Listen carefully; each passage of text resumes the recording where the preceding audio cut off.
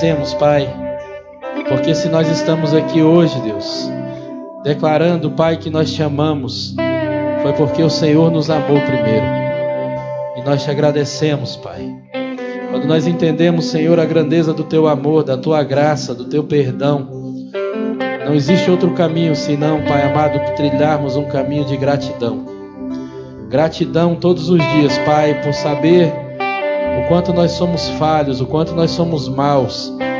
E mesmo assim o Senhor nos ama e nos atrai e nos ministra e nos trata, Pai, como filhos e trabalha em cada um de nós. Pois a tua palavra diz que nós fomos predestinados para ser conforme a imagem do teu Filho Jesus. Nós te agradecemos por isso, Pai, em nome de Jesus, Senhor. Amém, Deus. Amém, querido. Pode sentar. Glória a Deus. Se você trouxe a sua Bíblia aí, você abre aí comigo no Salmo 73. Nós vamos meditar um pouco nesses salmos. Esse salmo é um salmo muito legal, muito interessante. Ele faz a abertura do terceiro livro de Salmos. Se você vê aí em cima, não sei se na sua Bíblia tem isso, está escrito terceiro livro. E ele foi escolhido de propósito para começar esse terceiro livro. Os sábios da época escolheram esse salmo de propósito pela mensagem que ele carrega, pela profundidade que ele carrega. Da mesma maneira que o Salmo 1 vai falando algumas coisas muito importantes, ele abre o livro de Salmos. Esse Salmo 73, ele abre o terceiro livro. E é muito interessante isso, porque ele carrega uma mensagem muito profunda. Eu acredito que nós deveríamos ler esse salmo toda semana. Não como um mantra, mas pelas verdades que ele traz. O Salmo 73 começa dizendo assim, com toda certeza, eu vou ler aqui na versão King James. Com toda certeza, Deus é bom para com Israel, ou seja, para com todos quantos cultivam um coração sincero. Quanto a mim, os meus pés quase tropeçaram, por pouco não escorreguei, porquanto eu acumulava inveja dos arrogantes ao ver a prosperidade desses ímpios. Eles não passam por crises e sofrimentos, e têm corpo esbelto e saudável. Isso aqui é o sonho de consumo, né, irmão, de todo mundo. Estão livres de fardos cotidianos impostos a todos os mortais. Não são atingidos por doenças, como a maioria das pessoas. Por isso as soberbas lhes servem de colar, e em seu orgulho se vestem de violência. No íntimo brota a maldade, assim como da sua mente transbordam todos os ardis. Eles zombam e suas palavras são repletas de malícia. Em sua arrogância exaltam a própria corrupção. Contra os céus dirigem as palavras das suas bocas, e pela terra fazem espalhar a maldade de suas línguas. Por isso seu povo se volta para eles e se delicia sorvendo suas palavras até saciar-se. Eles questionam, acaso poderá Deus saber disso? O Altíssimo se ocupará desses assuntos? Assim são os ímpios sempre seguros, acumulando riquezas. Pensando dessa forma, em vão conservei puro o meu coração e lavei as mãos em sinal de inocência. Para que me atormento todo dia e sou repreendido toda manhã? Caso levasse a efeito me expressar assim, eu teria renegado a linhagem de teus filhos. Todavia, quando busquei compreender tudo isso, reconheci que estava diante de uma tarefa muito acima das minhas forças, até que entrei na casa de Deus, e então compreendi o destino dos ímpios. Na verdade, tu os colocas em terreno escorregadio e os fazes caírem na destruição. Como são destruídos de repente, absolutamente tomados de terror. São como um breve sonho que se vai assim que acordamos. Quando te levantares, ó Senhor, tu os farás cair, desaparecer. Quando meu coração estava amargurado e no meu íntimo curtia a inveja, era um insensato e ignorante. Minha atitude para contigo era semelhante à de um animal irracional. Contudo, sempre estou diante de ti. Portanto, tomas a minha mão direita e me sustens. Tu me diriges de acordo com os teus desígnios, e no fim me acolherás em glória. A quem tenho no céu senão a ti? E na terra nada mais desejo além de ti. Embora minha carne e meu coração dê fim, Deus é a rocha do meu coração e minha herança para sempre. Eis que perecerão os que de ti se afastam. Tu exterminas a todos os que te rejeitam. Eu, porém, tenho por felicidade estar na presença de Deus. Em ti, eterno Deus, deposito a minha plena confiança para proclamar todas as tuas obras. Amém, querido? Acredito que esse salmo ele fala muito por si só, mas é importante a gente pensar, refletir um pouco a respeito das mensagens que são passadas aqui. A primeira coisa que eu quero ressaltar nesse salmo aqui, que eu acho muito interessante, está no versículo 3, é a sinceridade do coração de reconhecer a inveja. Ele diz: porquanto eu acumulava inveja dos arrogantes ao ver a prosperidade desses ímpios. E eu estava meditando nisso, até mandei um áudio hoje de manhã, um curto, para algumas pessoas que recebem, e pensando a respeito dessa questão, quantas vezes nós somos tomados desse sentimento, do sentimento de inveja, quantas vezes nós olhamos para a vida das pessoas que estão perto de nós e nós achamos que essas pessoas estão melhores do que a gente. E muitas vezes isso acaba tirando e mudando o foco, tirando os nossos olhos do propósito que Deus tem para a nossa vida. Interessante aqui a gente pensar que quando a gente é sincero o suficiente, porque você percebe esse cara falando, esse salmo ele é atribuído a Asaf, e Asaf é um levita, é um cara que foi separado para não ter herança, foi o cara que foi separado para não poder desenvolver um trabalho, desenvolver uma empresa, desenvolver alguma coisa que ele pudesse levantar recursos. Ele dependia da oferta, ele dependia do sacrifício das pessoas ali no templo, no tabernáculo. E ele começa a refletir sobre a vida, de repente estava passando uma crise. Aquela crise que muitas vezes a gente passa e começa a questionar a Deus. E quando a gente para olhar para o nosso coração e ver que dentro do nosso coração ele está sendo inundado de dois sentimentos que o texto trabalha aqui de uma forma muito interessante, ele vai mostrando a amargura do coração e ao mesmo tempo ele vai mostrando a inveja se desenrolando nesse processo. É legal você perceber que esses dois sentimentos eles parecem que caminham juntos, e eu acredito que os demônios que atuam nessa área caminham juntos também, porque eles vão contaminando o nosso coração. Ele vai falando, que ele estava acumulado de inveja dos arrogantes ao ver a prosperidade desses ímpios. E aqui, quando você pula lá para o 21, ele fala mais uma vez assim, versículo 21, quando o meu coração estava amargurado e no meu íntimo curtia inveja. Olha que coisa interessante mesmo, não é uma coisa tipo assim, eu tive aquele sentimento e passou, é uma coisa que está sendo curtida, que está sendo experimentada, que está sendo de alguma forma uma coisa prolongada, que não some com facilidade. Eu estava lendo e estudando um pouco a respeito desse salmo, e essa palavra amargura, ela encaixa dentro de uma visão muito interessante no original.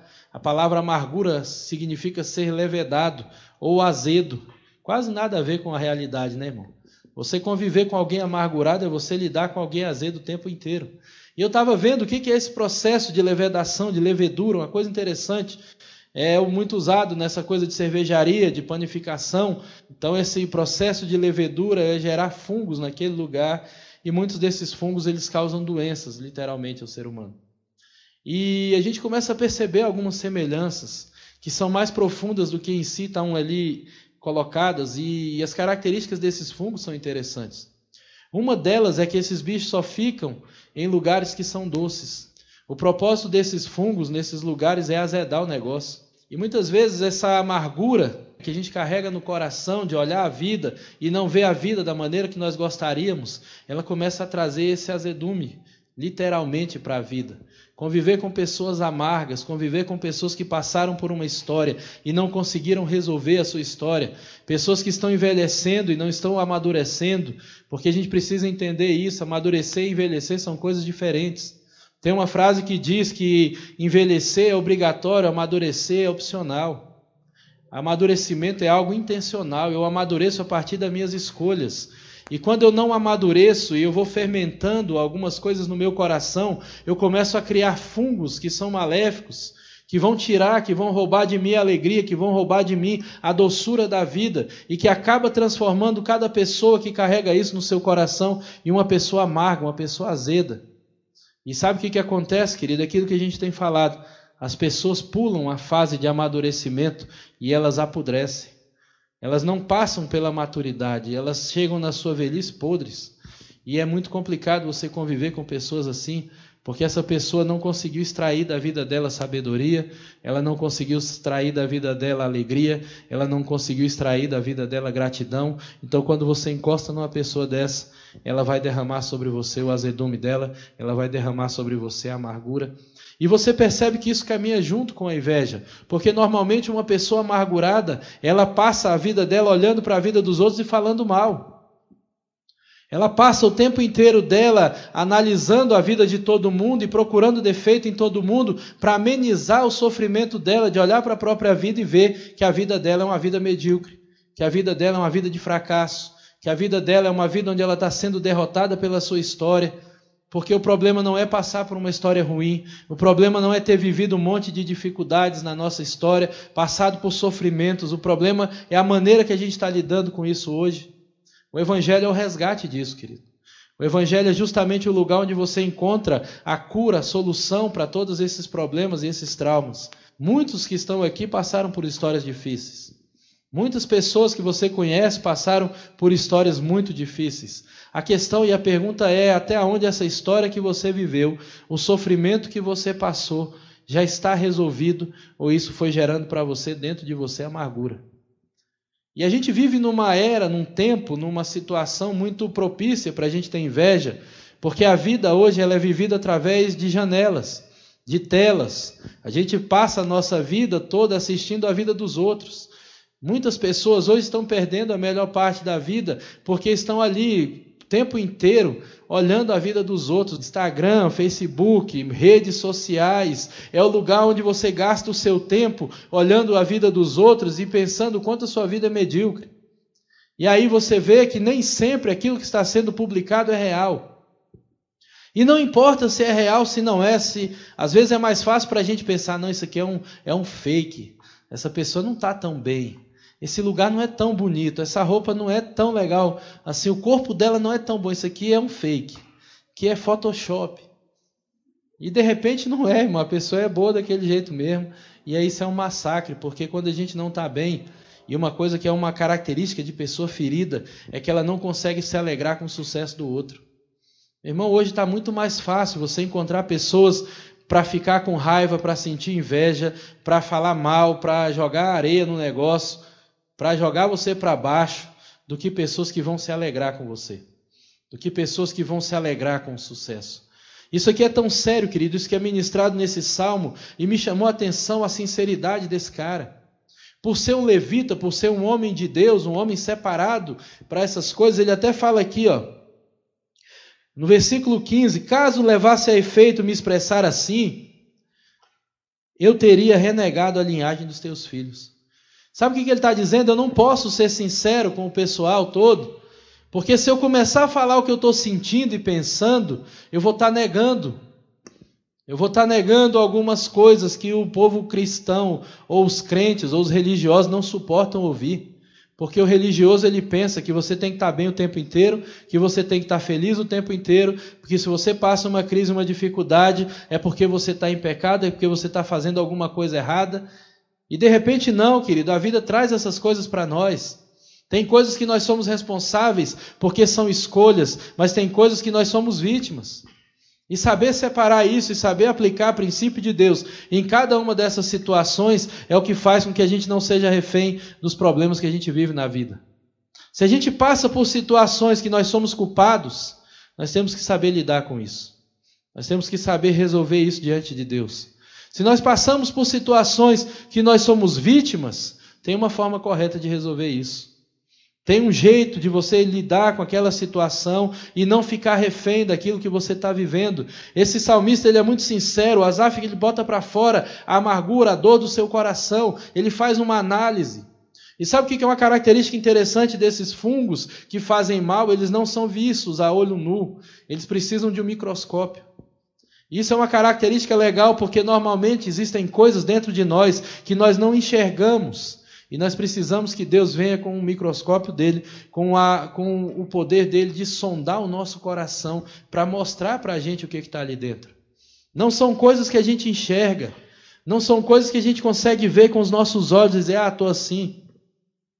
E um dos maiores problemas hoje, diante dos dilemas, das dificuldades, o primeiro deles, porque são vários, é que as pessoas não sabem fazer uma leitura real dos problemas que estão vivendo.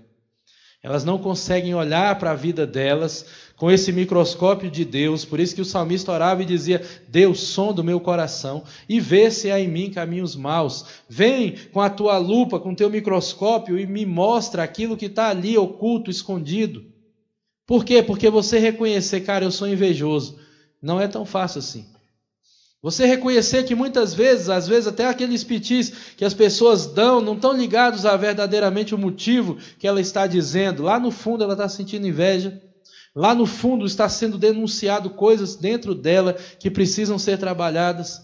Porque quando você olha para a sua história, poucas pessoas têm a coragem desse homem. Poucos líderes de igrejas têm coragem desse homem de dizer: eu tenho inveja. Eu estou com um problema nessa área, meu coração está azedando de ver o sucesso do outro. Meu coração está azedando de saber que outras pessoas estão melhores do que eu. Poucas pessoas têm coragem, querido. Por isso que ele está dizendo: se eu for sincero, eu vou negar, o povo vai assustar.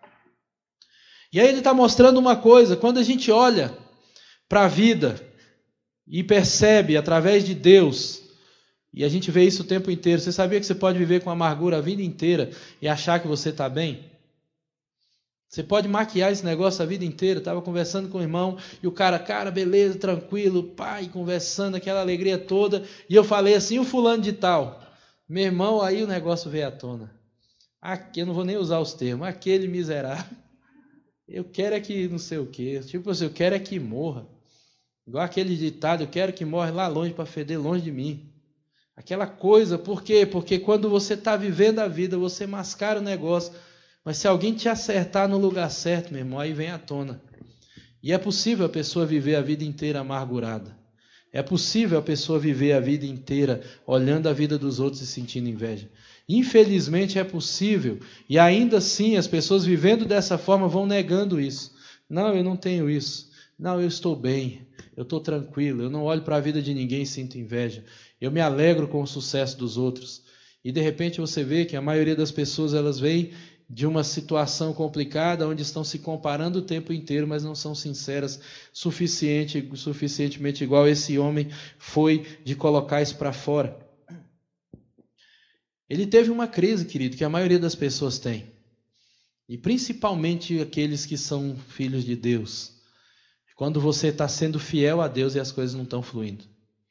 É quando você está achando assim: não, eu agora estou agradando a Deus, e de repente aquilo ali não acontece na sua vida do jeito que você queria. Eu acho interessante por causa disso. Ele fala assim: cara, quase que eu desviei. Quase que eu escorreguei. Ele está falando assim: quanto a mim, no versículo 2, os meus pés quase tropeçaram. Mas foi por pouco que eu desviei. Foi por pouco que eu tirei os meus olhos do propósito de Deus. Por pouco não escorreguei, ele está dizendo aqui. Ele está sendo sincero. Cara, essa crise foi tão profunda que foi por pouco que eu não saí dos caminhos de Deus. Aí você pensa: ele foi praticamente um herói, porque a maioria que sofre profundamente com isso começa a ter uma crise tão grande e muitos deles vão desistir e vão desviar e vão escorregar e vão chutar o pau da barraca e vão perder o seu foco. E aí sabe o que acontece, querido? Quando a gente olha para o nosso coração e a gente vê que tem inveja, é extremamente importante você entender que quando isso vem à tona, você está recebendo uma denúncia. Algo dentro do teu coração está denunciando aquilo que você acredita. Semana passada a gente falou a respeito disso, a respeito das fortalezas da nossa mente. Mas quando a gente olha para o nosso coração e vê: cara, meu coração ele está azedo, ele está cheio de inveja. É importante você parar e entender: cara, Deus não está te mostrando isso para mostrar o tanto que você é ruim. Deus não está falando isso para você para mostrar para você o tanto que você é uma pessoa problemática. Deus está mostrando para você para que você possa corrigir isso. Para que você possa de fato entender, olhar para a sua vida dentro de você e entender claramente: existem coisas dentro de mim que precisam ser corrigidas. Sabe por quê? Porque isso denuncia 3 coisas especificamente. A primeira denuncia o que o Salmo começa dizendo. Todas as vezes que as coisas não estão do jeito que a gente pensa que deveriam estar, e a gente começa a olhar ao nosso redor, e a vida das pessoas aparentemente está melhor do que a nossa, nós temos a primeira reação automática: nós questionamos a bondade de Deus. O Salmo começa dizendo, com certeza, Deus é bom para com Israel. Sabe por quê, querido, que ele começa dizendo isso? Porque ele teve um ciclo de uma crise. E ele começa declarando uma verdade que para ele estava sendo questionada, que ele estava tendo dificuldade de acreditar nisso. Sabe quando você argumenta para convencer a si mesmo? Aquele momento que você fala, não, isso é verdade, mas lá no fundo você não acredita. Lá no fundo você está com dúvida, cara, será que é mesmo? E ele começa declarando, com certeza, Deus é bom para com Israel, ou seja, para todos quantos cultivam um coração sincero. E ele começa a dizer assim, ele começa a combater todo esse dilema que nós levantamos quando as coisas não estão bem. Será que Deus é bom mesmo? A primeira coisa que a gente questiona é a bondade de Deus. E quando a gente ora e Deus não responde, será que Deus é bom mesmo? E quando a gente faz a mesma campanha do outro e o outro recebe e você não, será que Deus é bom? Esse é o grande perigo de campanha, irmão, que gera uma inveja dos infernos. Porque de 150, 200, 10 mil pessoas fazendo a campanha, uma pessoa dá testemunho no final que ganhou.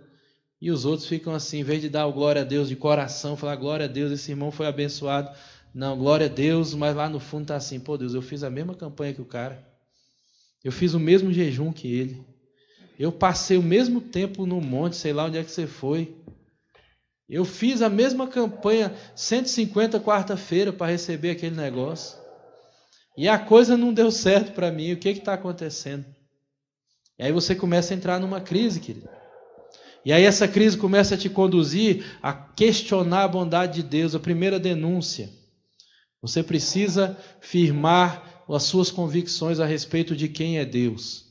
Porque a Bíblia fala que Deus não tem oscilação, Deus não tem sombra de variação, Deus não muda. E a bondade dele não tem nada a ver com a sua circunstância. A bondade de Deus é um atributo que está nele, que é dele e que não altera por conta de circunstância. E uma coisa interessante, nenhum atributo de Deus está ligado às circunstâncias. A bondade de Deus não está ligada à circunstância, o amor de Deus não está ligado à circunstância. Então você percebe que os atributos de Deus, essas convicções precisam ser profundas dentro de nós, porque se elas não forem profundas, a gente entra em crise. A primeira crise, cara, a vida não está do jeito que eu queria. As pessoas estão melhores do que eu. Automaticamente eu vou entender, Deus não é bom, ou Deus não gosta de mim, ou Deus é bom só para o outro, para mim não. A segunda denúncia, querida, é que existe alguma coisa errada dentro de você a respeito da sua forma de se ver, a respeito do seu entendimento e do seu valor pessoal. É quando você não consegue se enxergar com o valor correto, da forma correta, e você começa a questionar o seu valor a partir das coisas que estão acontecendo. Então, se a pessoa ora e recebe e eu não, então é porque ela tem mais valor do que eu. Se a pessoa anda num carro melhor do que o meu, é porque Deus abençoa mais ela. Então, Deus ama mais essa pessoa do que a mim. Ela é melhor, tem alguma coisa diferente. No meio gospel funciona mais ou menos assim. A gente mede a pessoa e o amor de Deus por ela, pelas coisas que ela tem.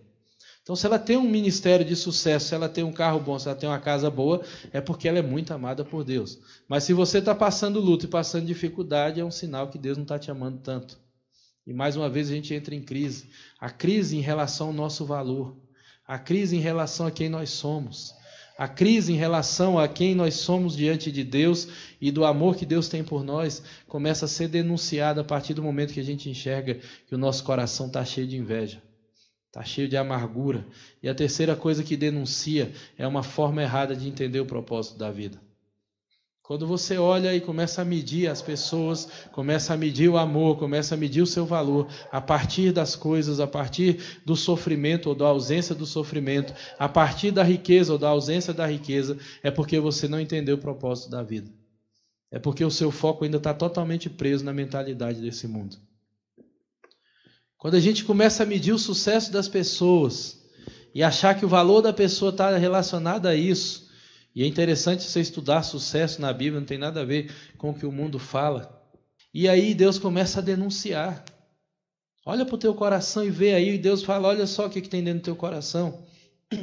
Chega no momento que ele diz assim, no versículo 13, pensando dessa forma, o que ele está dizendo? Olhando a coisa por essa perspectiva, ele chega a uma conclusão. E em vão eu conservei puro o meu coração. E em vão eu lavei as mãos em sinal de inocência.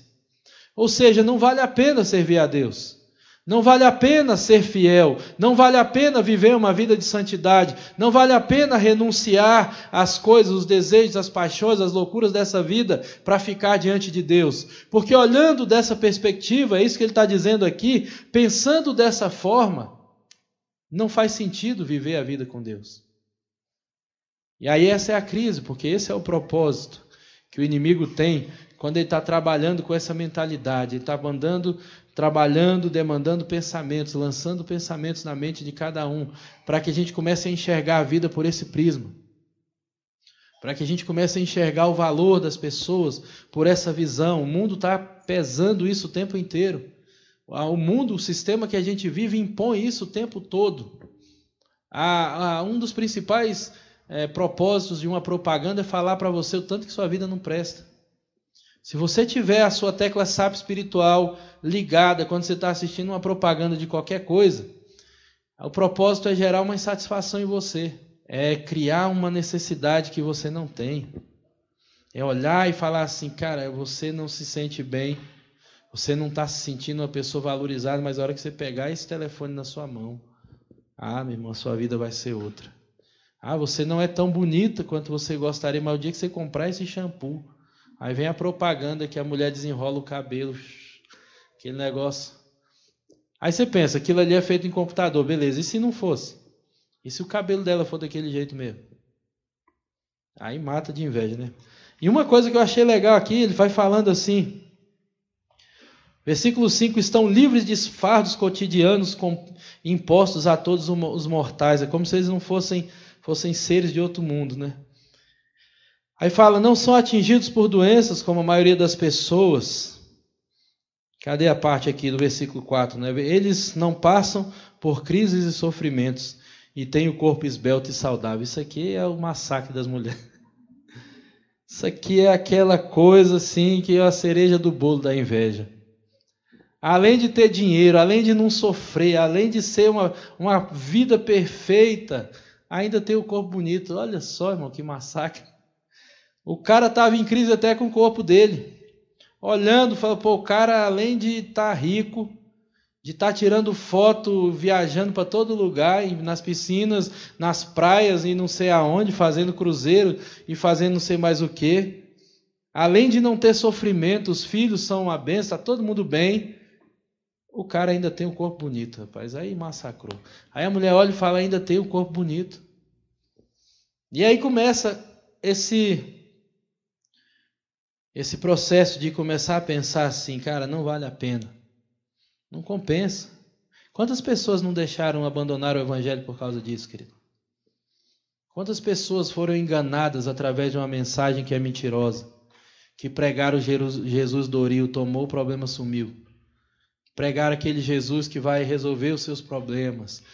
Vem todo lascado, beleza, mas aí você vai vir tomar uma dose dessa religião tão linda e você vai ser totalmente transformado. Quantas pessoas não caíram nesse engano e começaram a andar com Jesus achando que ele ia fazer tudo que ele mandasse? Tudo que a pessoa pedisse. Não, tudo que eu pedi, tudo que eu mandar, porque as pessoas nem pedem mais.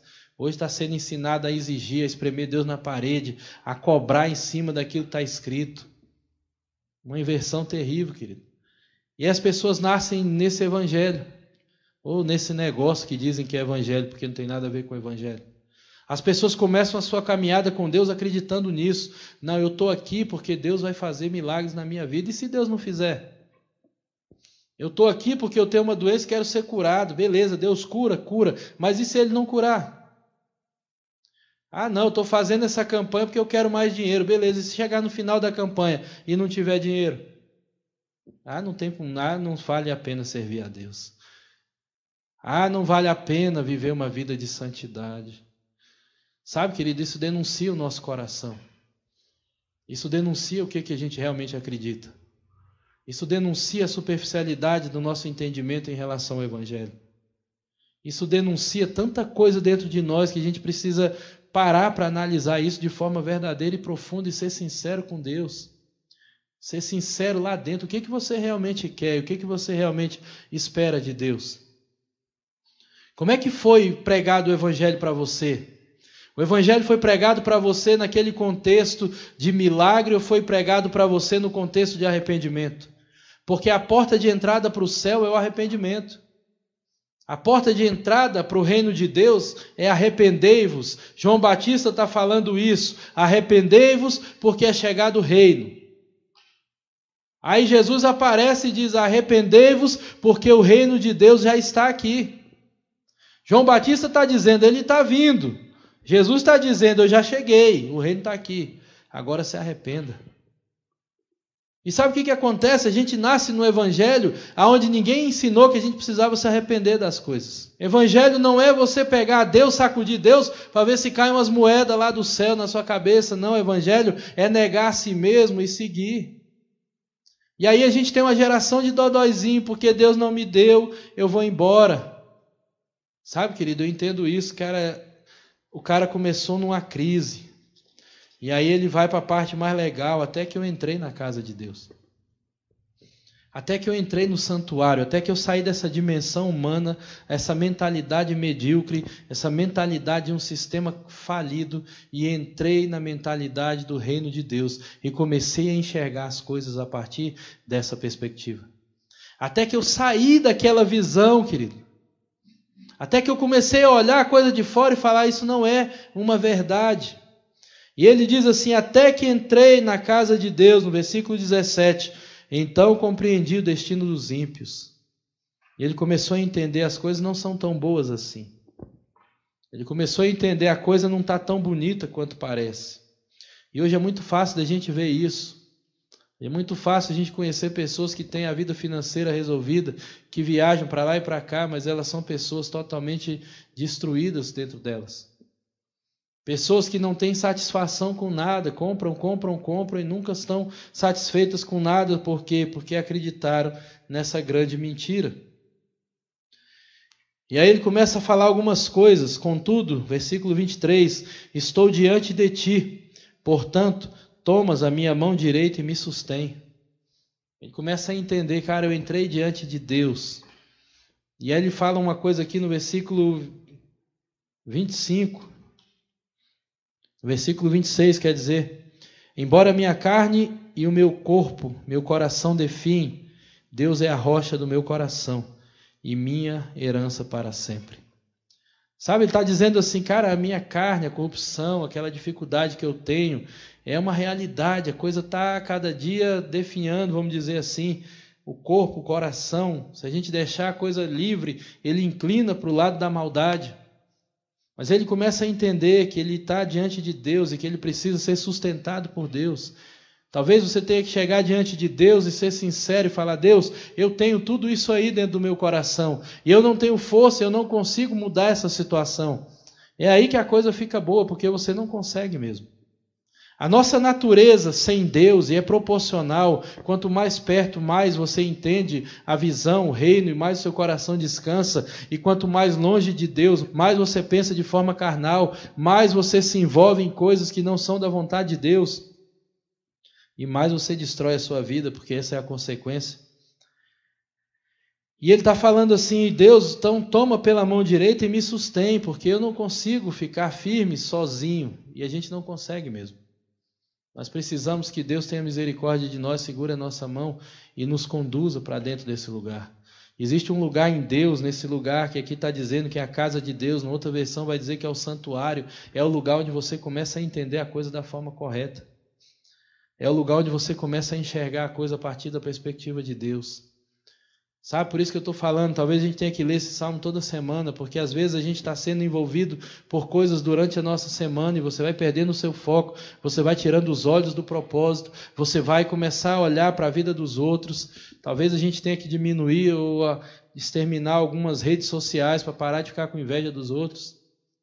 Tira aquela coisa do tempo gasto olhando a vida de todo mundo e começa a focar num propósito, porque ele fala no versículo 24, tu me diriges de acordo com os teus desígnios, e no fim me acolherás em glória.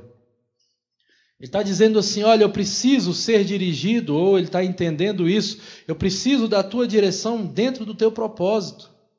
Irmão, isso é libertador, eu falo de forma pessoal. Quando você para de ficar olhando para a vida dos outros e foca no propósito que Deus tem para a tua vida, você começa a ser livre de um monte de agonia e você começa a perceber, cara, eu tenho tanta coisa para desenvolver em Deus e para consertar também, lógico, que eu não tenho tempo para ficar olhando para a vida dos outros. Sabe por quê, querido? Porque Deus está falando assim, o texto está dizendo assim, Deus tem que dirigir a nossa vida de acordo com o propósito dele, com os desígnios dele. Deus tem um propósito para a tua vida, que ele vai pegar na tua mão, segurar a tua mão direita e vai te direcionar nisso. É o que o texto está dizendo, tu me diriges de acordo com os teus desígnios. Para de querer dar direção para a tua vida, para de querer dizer para Deus o que ele tem que fazer, para de dizer para Deus que Deus está fazendo tudo errado, porque a nossa oração muitas vezes é isso, Deus faz isso, isso e isso, e aí muda o fulano, muda o ciclano e muda também aquele ali, ou seja, Deus, o jeito que está fazendo está tudo errado, você não fez, você não mudou aquela pessoa, você não me deu o dinheiro que eu queria, você não fez nada do jeito certo. E aí a gente vai falando para Deus, Deus, você não sabe fazer as coisas direito, deixa eu te ensinar algumas coisas aqui. Jó falou, se eu tivesse uma oportunidade de conversar com Deus, eu ia provar para ele. Aí Deus chama Jó, vamos conversar então, filho. Porque Deus tem uma coisa legal com ele, tem um texto que diz assim, vinde e arrazoemos, sabe o que significa isso? Venha e apresente as suas razões, Deus não tem medo de pergunta não, nem fica ofendido. Os fariseus chegavam para Jesus e perguntavam coisas de propósito, para pegar ele nas pegadinhas, para enrolar ele, e ele não se ofendia com aquilo. Na verdade, Jesus não se ofendia com nada. Mas Deus, ele trabalha com essa visão, vinde, arrazoemos, vem aqui, o que foi que está acontecendo? Apresenta as suas razões. Arrazoar é literalmente isso, apresente as suas razões. Qual o problema? O que você quer saber? Tem gente que foi ensinado no meio gospel religioso que não pode questionar Deus. Deus não gosta de pergunta. Cara, isso é a maior mentira do mundo. Você pode perguntar o que você quiser, tudo que você tem dúvida. Sabe por quê? Porque para Deus, eu vejo isso quando você está estudando os evangelhos, a maneira que Jesus lidava com os questionamentos. Para Jesus era tudo uma oportunidade de ensino. Fosse por um motivo certo, fosse por um motivo errado, no final era só voadora, meu irmão. Era coisa tremenda. Primeira vez que eu li a Bíblia, eu não era cristão, não era convertido, não era nada. Eu vibrava com as lapadas que Jesus dava no povo. Falei, meu Deus, essa tirada foi violenta. Essa foi pesada. Por quê? Porque vinham com o propósito de pegar ele numa situação, de repente ele vinha, estava ali fariseu, escriba, mas tinha uma multidão. Tinha também os seus discípulos. Então a pergunta que a pessoa fazia, por mais capciosa que fosse, tinha um propósito, ele ensinava com aquilo, e no final vinha uma lição profunda, e é tão profunda que está registrado na Bíblia para a gente poder ler hoje e aprender com aquelas lições. E sabe o que acontece, querido? O texto vai continuando, e é importante a gente entender isso, que a gente precisa parar de dizer para Deus o que Deus tem que fazer. A gente precisa parar de querer dar direção para Deus e falar, Deus, me pega pela mão direita, me sustenta, e me dá direção. E guia os meus passos de acordo com o teu propósito, com os teus desígnios. Me alinha ao centro da tua vontade, para eu não desperdiçar minha vida, para eu não perder tudo aquilo que o Senhor tem feito. E aí ele termina falando, para a gente estar encerrando aqui. Isso aqui dava outra pregação, irmão, porque eu acho tão legal isso aqui. Ele vai falando no versículo 28, eu, porém, tenho por felicidade estar na presença de Deus. Em ti, eterno Deus, deposito minha plena confiança para proclamar todas as tuas obras. Olha só que coisa interessante, olha o nível que o negócio eleva. Ele sai de um cara amargurado e invejoso e vai parar no entendimento da plenitude da vida. Quando ele resume aqui o propósito e a plenitude da vida nesse texto, primeiro, o conceito de felicidade, estar na presença de Deus. Não interessa se está de barriga cheia ou barriga vazia, se tem carro zero ou está andando a pé. Conceito de felicidade, que ele está dizendo, eu, porém, tenho por felicidade, nesse texto aqui, eu estou lendo nessa versão King James por conta dessa diferença. Ele está dizendo assim, felicidade para mim agora, depois que eu entrei no teu santuário, depois que eu entrei na tua casa, depois que eu passei a enxergar as coisas da forma correta, felicidade para mim é estar na tua presença. Querido, existe uma frase que às vezes parece um chavão de crente, mas precisa se tornar verdade dentro de nós. É que o melhor lugar para a gente estar é na presença de Deus. O melhor lugar que nós podemos estar é no centro da vontade de Deus. Seja dentro da tua casa, no conforto, seja em qualquer outro lugar, passando dificuldade, o melhor lugar para a gente ficar é na presença de Deus. E o texto continua dizendo: em ti eu deposito a minha plena confiança. Irmãos, não tem como você viver uma vida tranquila, uma vida boa, plena, dentro da perspectiva cristã, evangelho verdadeiro, se você não confia em Deus. Ele está dizendo assim: para que eu viva tudo isso, para que eu consiga experimentar isso como verdade, eu preciso colocar a minha plena confiança em Deus. A semana passada nós estávamos falando sobre fortalezas, e a palavra fortaleza, um dos significados no original, é lugar aonde você confia, ou seja, um lugar de proteção, só que ao mesmo tempo é um lugar que se torna uma prisão. E o texto está dizendo: tire a sua confiança, porque não está falando qualquer confiança, não está falando parte dela, está falando a sua plena confiança. Tire a sua confiança das coisas, tire a sua confiança das pessoas, tire a confiança que você tem de você mesmo, de achar que você vai resolver tudo na força do teu braço, e coloque a plena confiança no Senhor.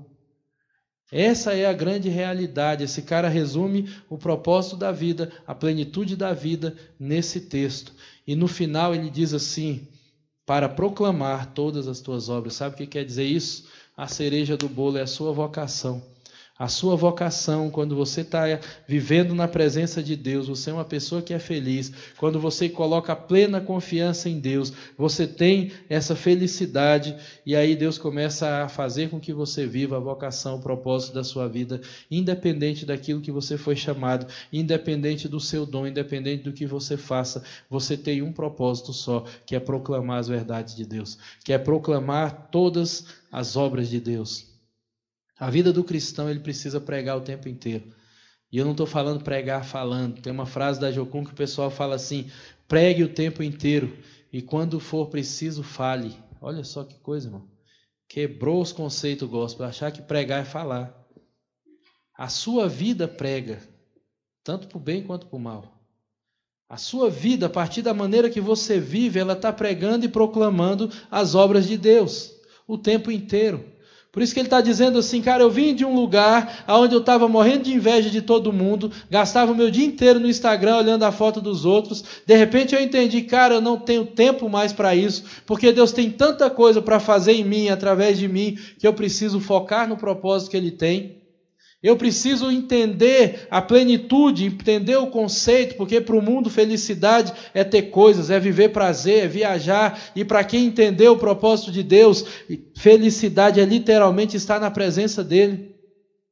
Se você conversar com pessoas que entenderam isso, você vê que não importa onde elas estão, e não importa a situação que elas estão vivendo, elas têm um brilho nos olhos que as pessoas não têm. Uma satisfação que a maioria das pessoas não tem. Quando você conversa com missionários convictos que vão para lugares que você fala: tu é doido, eu não passo nem perto disso aqui. Quando a pessoa fala do lugar e do trabalho, o olho dela brilha, meu irmão. O cara veio uma vez, um missionário de um país na África, uma cidade lá que era uma destruição terrível, vai mostrando as fotos, você fala: meu Deus do céu, o que é isso? E quando o cara começa a falar, meu irmão, ele chora por causa das crianças sendo resgatadas, ele chora por causa do poço que foi cavado e saiu água, e o cara tem uma satisfação com aquilo. Aí você pergunta: você quer voltar para o Brasil? Você quer voltar para cá? Quer ter uma casa legal? O cara: você é doido, eu não quero isso não, eu quero viver o propósito que Deus tem para a minha vida. Sabe, querido, por isso que a Bíblia fala que o evangelho para os outros é loucura, porque as pessoas estão buscando isso. Eu quero riqueza, eu quero ter o corpo bonito, eu quero ter tudo aquilo que o mundo está dizendo que eu tenho que ter. E elas não conseguem entender, a mente da gente não entende aquilo que está sendo dito nesse texto. Eu, porém, tenho por felicidade estar na presença de Deus. Eu sou feliz porque eu vivo na presença de Deus. Eu tenho uma vida plena porque eu estou na presença de Deus. E ele diz assim: eu coloquei a minha confiança em Deus. Eu parei de esperar dos outros, eu parei de esperar de mim mesmo. Eu coloquei a minha confiança no Senhor. E depois ele termina com um propósito: eu preciso proclamar as obras de Deus. As pessoas precisam saber quem é Deus através da minha vida. Seja falando, seja vivendo, as pessoas precisam saber quem é Deus através da minha vida. Apocalipse 12 fala que, diz assim, 12:11, eles o venceram pelo sangue do Cordeiro, pelo testemunho que deram, e mesmo em face à morte não amaram a própria vida. São essas pessoas que vão vencer o acusador. Em Apocalipse ele vai falando disso. Os filhos de Deus venceram o acusador. Está subentendido filhos, não está escrito? Através do sangue do Cordeiro. Sabe o que é sangue do Cordeiro? É quando você se arrepende e o sangue do Cordeiro te lava. E você é uma pessoa perdoada. É a porta de entrada. Depois diz, eles o venceram através do testemunho. Então está dizendo assim, aquilo que você prega, que você tem que viver. Porque se você não vive uma vida de hipocrisia, o seu testemunho não vence o acusador. Na verdade, o acusador vai massacrar a sua consciência. Com todas as coisas erradas que você faz, ele massacra a sua consciência. E o terceiro diz, mesmo em face à morte, não amaram a própria vida. Por quê? Porque entenderam algo muito maior. Entenderam algo muito profundo. Aqui ele fala, no versículo 24, tu me diriges de acordo com os teus desígnios e no fim me acolherás em glória. Essa é a nossa esperança, querido.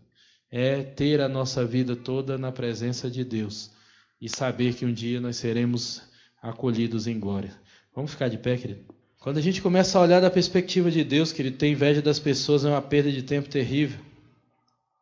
E eu não estou falando isso para trazer culpa, isso aí é para trazer arrependimento. Não é só arrependimento de ter inveja, mas é porque, e é o que está sendo denunciado. Às vezes a gente fala, Deus me perdoa porque eu tenho inveja, amém. Mas não é só isso. Existe um porquê, existe um motivo, existe uma crença, existe algo dentro de você que faz com que você pense dessa forma. E a gente precisa se arrepender disso também, querido. E começar a olhar as coisas a partir da visão e da perspectiva de Deus. Por isso eu quero que você ore agora e peça a Deus. Fale com Deus agora, querido, de forma sincera. Não sei como é que está o teu coração. Se teu coração ainda está cheio de amargura, comece a orar a Deus e falar isso para Ele. Se teu coração ainda está cheio de inveja, comece a declarar isso. Se você tem lutado contra isso e não tem conseguido vencer, declare isso a Deus.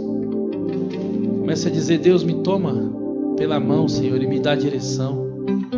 Talvez você esteja vivendo uma vida hoje sem direção, sem saber o que fazer, sem saber para onde você tem que ir,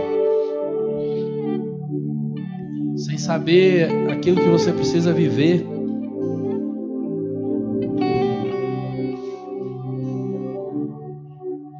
Comece a orar, querido. Porque eu acredito que Deus tem um propósito de trazer para a luz aquilo que precisa ser tocado.